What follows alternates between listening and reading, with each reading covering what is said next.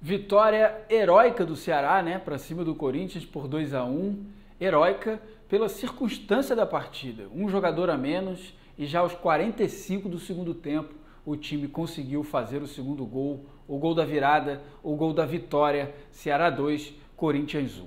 Vamos analisar essa partida e enquanto eu começo a análise, você já ativa o sininho, se inscreve no canal, porque é sempre muito importante para a gente a sua participação. Portanto, já aviso logo também para comentar, comente aí nesse vídeo.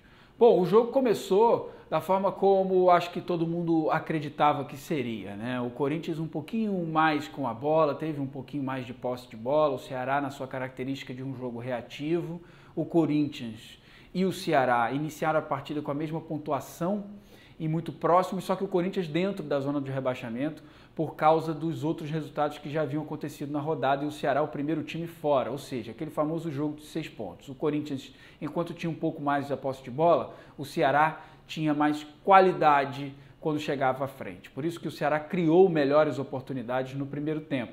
Só que o Corinthians fez 1-0. E aí começam a aparecer os lances capitais do jogo, todos eles em erros individuais. O primeiro erro grotesco, bizonho da partida foi do Fernando Praz, chute do Léo Natel até relativamente fraco, sem grandes dificuldades para o goleiro do Ceará, que não conseguiu defender, a bola passou por ele, entrou no gol, um frangaço mesmo, clássico, daqueles frangos clássicos que a gente vê nos vídeos de goleiros, né, quando falham. E o Fernando Praz não conseguiu pegar. 1-0 Corinthians. No momento em que o Ceará era melhor, o Ceará já tinha criado uma ótima oportunidade com o Rafael Sobis cabeceando no travessão e logo no rebote, dentro da pequena área, o Luiz Otávio zagueiro cabeceando de novo e o Cássio fazendo uma grande defesa. Mas o Corinthians achou esse gol com a falha grotesca do Fernando Praz, talvez até pelo fato do chute não ter sido assim tão complicado que o Praz tenha falhado, né? Mesmo os mais experientes, o goleiro Fernando Praz dispensa comentários, tem 42 anos, falhou. O que pesa para o Fernando Praz essa falha feia nesse jogo contra o Corinthians é porque ele já teve outros vacilos com a camisa do Ceará, fez grandes partidas também, é verdade, a gente não pode esquecer disso. A rodada passada contra o Palmeiras é um exemplo disso, pegou muita bola naquele jogo contra o Palmeiras, rodada passada não, há 2 rodadas, né? Há 2 jogos atrás, pegou muita bola no jogo contra o Palmeiras, mas dessa vez voltou a falhar e a pior falha dele, claro, o pior erro dele com a camisa do Ceará. O Ceará sentiu um pouquinho o gol, ficou nervoso, começou a errar passes demais, o Vina não entrou no jogo, segundo jogo seguido que ele erra muitos passes e o Ceará depende demais do Vina atento, de um Vina inspirado para conseguir ter mais qualidade na frente. Rafael Sobis estava sumido, muito bem marcado, não conseguiu também aparecer na partida e eu destaco o Léo Chu, um jogador de 20 anos que pela primeira vez foi titular do Ceará, ele só havia participado de 3 jogos com a camisa do Ceará, mas nenhum deles como titular, dessa vez foi titular, num jogo de Série A do Campeonato Brasileiro, um jogo contra o Corinthians, e não sentiu a pressão, apesar da pouca idade, 20 anos, botou a camisa, foi para o jogo, foi para dentro dos caras, mesmo tendo como principal marcador o Fagner, lateral de seleção brasileira, mesmo assim o Léo Chu não sentiu a pressão não, teve personalidade, foi para cima, conseguiu bons lances, bons dribles, chegou com perigo, inclusive ele fez uma jogadaça que termina na finalização do Vina e numa boa defesa do Cássio.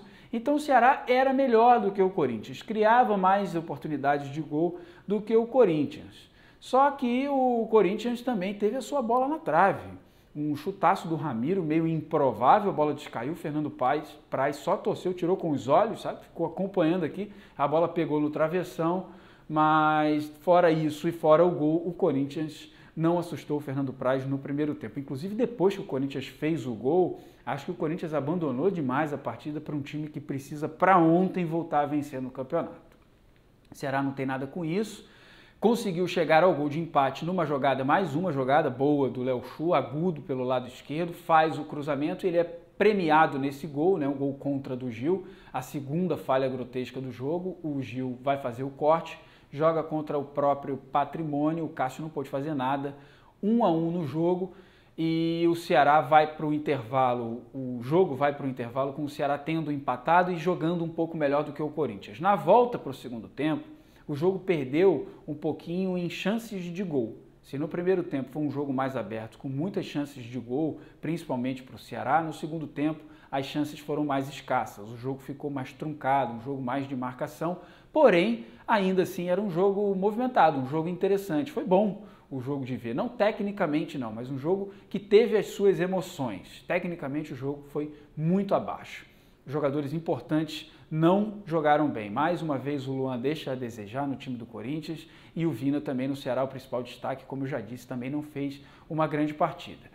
E aí, o que acontece no segundo tempo é que o lance da expulsão muda toda a configuração do jogo. Enquanto o Ceará tentava atacar com mais jogadores, tentava mais se impor em relação ao Corinthians, teve a expulsão do Eduardo. O Eduardo entrou ainda no primeiro tempo, porque o Samuel Xavier teve uma contusão, saiu e o Eduardo entrou para substituí-lo. E aí, foi expulso porque foi dividir uma bola com o Léo Natel. Eu até acho que o Eduardo, ele faz esse movimento aqui. E aí acaba pegando aqui mais ou menos no pé da orelha do Léo Natel. Ele tenta fazer esse movimento aqui, eu acho, no ombro do Léo Natel. Sabe quando a bola vai sair na linha de fundo, aí os dois se trombam e às vezes tem um braço assim que é um empurrão, chega para lá? Eu acho que ele tenta fazer isso no ombro do Léo Natel, só que ele erra a altura, o braço dele acerta aqui, foi um lance duro, uma jogada dura, e foi totalmente imprudente o Eduardo, mas achei rigorosa a expulsão. Se eu fosse o Anderson Daronco, ou se eu fosse o juiz do jogo, não teria expulsado o Eduardo, mas também não dá para crucificar o Anderson Daronco, não. Não é que foi um lance assim, nossa, o árbitro inventou essa expulsão, não é isso. Na minha visão ele foi rigoroso, mas com certeza muita gente também concorda com a expulsão do Eduardo. Bom, e aí, claro que o jogo ficou como, né? O Corinthians tentando ir para cima com um jogador a mais, desesperado para voltar a vencer no campeonato, vendo a possibilidade de, por ter essa vantagem numérica, conseguir chegar ao segundo gol, se atirou à frente, mas um time muito desorganizado, que erra muitos passes, que não consegue construir boas jogadas interessantes, que não tem aproximação dos laterais, não tem jogada de linha de fundo. O Fagner está muito sumido nesse time. O Léo Natel até que conseguiu fazer algumas coisas, mas também é um jogador muito mediano, não é assim um excepcional meia. E o Corinthians não conseguiu pressionar o Ceará do jeito que queria. Tinha mais a posse de bola, mas não transformava isso em chances claras de gol. Fernando Praz não teve muito trabalho no segundo tempo, ainda menos do que no primeiro. E o Ceará tentava, claro, no contra-ataque. O Guto tira o Léo Chu e tira o Vina. Eu falei durante a nossa transmissão que não teria tirado nenhum dos dois. O Léo Chu era o melhor jogador do Ceará e o melhor jogador do jogo. Em campo ele era o melhor jogador, era o único jogador que fazia lances bacanas, bonitos, dribles, jogadas interessantes e agudas. Mas o Guto Ferreira entendeu que era melhor o Léo Chu sair, assim como o Vina. Eu também não teria tirado o Vina, porque apesar de um jogo abaixo, o Vina num passe, num chute de fora da área, numa cobrança de falta direta para o gol, ou seja, com levantamento para a área também, poderia fazer a diferença para o Ceará. O Guto entendeu que esses dois jogadores tinham que sair. Mais do que achar que ele não deveria tirar esses dois jogadores, a gente tem que enaltecer quem ele colocou. Eu até disse isso durante a transmissão. Eu não teria tirado o Léo Chu e Vina, mas não é que eu não teria colocado o Kelvin e o Lima, porque eles podem entrar e fazer algo de bom para o Ceará, e fizeram. O jogo se arrastou até os 44 minutos do segundo tempo, 43 para 44, quando aconteceu o lance do pênalti. Mais um lance em que eu acho que o Anderson Daronco foi rigoroso. Eu não teria marcado esse pênalti. O Kelvin e o Lima vão fazer uma pressão no goleiro do Corinthians. A gente sabe que o Cássio vacila demais na saída de bola. Não é a primeira vez que ele se atrapalha todo, ele fica tenso, não consegue relaxar, não deu um chutão, tentou sair jogando, deu um passe para o jogador do Corinthians na fogueira. O Lima chegou já atrás também para fazer essa pressão. E enquanto o Lima pressionava o zagueiro, o Cássio, na hora de levantar para tentar voltar correndo ao gol, deixa a mão nas costas do Kelvin, um empurrão de leve, tem até talvez ali também no pé, a parte de baixo, com o pé ele tem acertado o Kelvin, mas eu achei exagerado. O Kelvin sentiu o encostão e desabou. O Anderson Daronco marcou o pênalti, acho até que muito mais para poder ter o auxílio do VAR do que porque ele tem achado que foi pênalti de fato. O VAR auxiliou ele, não mandou ele revisar a jogada, nem precisou revisar, todo mundo acreditou que tenha sido pênalti, que tivesse sido pênalti mesmo, confirmado o pênalti, e aí entra a estrela do Fernando Sobral, que desde que o Guto assumiu o comando do Ceará, ele já tinha sido preferido por outros treinadores que passaram do Ceará, mas desde que o Guto assumiu o comando do Ceará, o Fernando Sobral tem sido o destaque desse time. Não fez uma grande partida, fez uma partida regular, uma partida boa, não errou, não comprometeu, apareceu bem em alguns momentos. e teve o sangue frio, a concentração, a cabeça no lugar, aguentou a pressão, porque o Ceará precisava demais de uma vitória.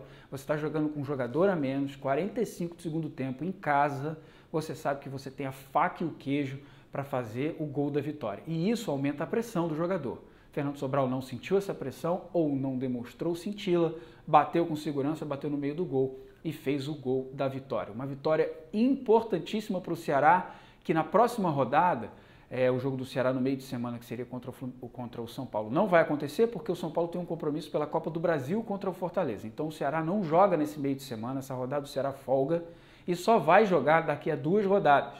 No outro final de semana, no sábado, encara o Fluminense no Rio. O Fluminense vive uma ascensão no campeonato, é 5º colocado, tem conseguido vitórias, são 3 vitórias nos últimos 5 jogos. Então é um momento importante para o Ceará ter essa semana, porque o Fluminense tem um compromisso fora de casa contra o Atlético Mineiro, ou seja, tem uma viagem até Minas Gerais e depois volta para o Rio. O Ceará descansa a semana e trabalha a semana inteira, só viaja na sexta-feira para o Rio para enfrentar mais um adversário muito difícil. Então o Ceará precisava demais dessa vitória, vai para a 11ª colocação, se afasta 3 pontos da zona do rebaixamento, fez muito bem essa vitória para o Ceará. Não só pelo momento em que afasta o time do Z4, mas para a sequência do campeonato, porque você ganhar do Corinthians, não interessa se o Corinthians está na zona do rebaixamento, se o Corinthians não está bem no campeonato. É o Corinthians que está te enfrentando. É uma camisa muito pesada. E você ganhar de um adversário desse nível, com certeza te dá moral para a sequência do campeonato. Então, resumindo, um jogo baixo tecnicamente, mas movimentado com as suas emoções e que foi definido com erros grotescos individuais. Primeiro do Fernando Praz, depois do Gil, depois do Cássio. Você é inscrito no canal? Não? Então se inscreva, ativa o sininho para receber as notificações, fique sempre de olho que a gente está sempre colocando conteúdos interessantes aqui. E como fazemos sempre após os jogos, temos esses vídeos de análise. Valeu, galera, um grande abraço a todos e a gente se vê.